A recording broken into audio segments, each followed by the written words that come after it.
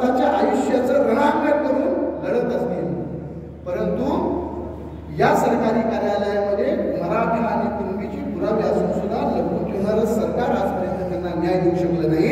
आणि ज्यावेळेस आजपर्यंत सगळ्यात जास्त लोकप्रतिनिधी असणारं मराठ्यांचं सरकार ज्यावेळेस न्याय देऊ शकत नाही, त्यावेळेस या महाराष्ट्रामध्ये, या देशामध्ये अन्यायाच्या विरुद्ध प्रतिकार करण्यासाठी यदा यदा हि धर्मस्य ग्लानिर्भवति भारत अभ्युत्थानम् अधर्मस्य तदात्मानं सृजाम्यहम्, अशा पद्धतीनं निसर्ग आणि नीती ज्यावेळेस अधर्म असतो, अन्याय असतो, त्यावेळेस एखादा योद्धा तयार करते.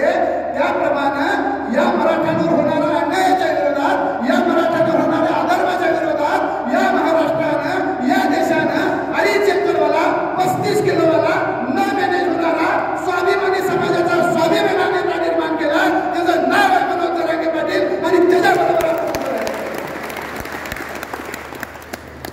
स्वतःच्या घरावर राख रंगोळी टेकून तुमच्या लेकराचं कल्याण करणारे नेते ह्या जगात नव्हे.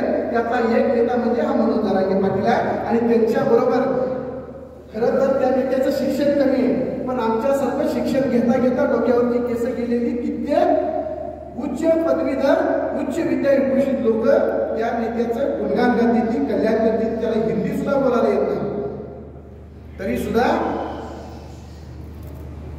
त्या नेत्याच्या मागे सगळा महाराष्ट्र एकवटला आहे. सगळा महाराष्ट्र प्रामाणिकपणे त्याच्याबरोबर उभा आहे. मगाशी सरांनी सांगितलं की त्या नेत्यावर एक तुमच्या इथलं शिकलेला XYZ टीका करतोय. ते म्हणजे त्याचा बंदोबस्त करावा लागतो.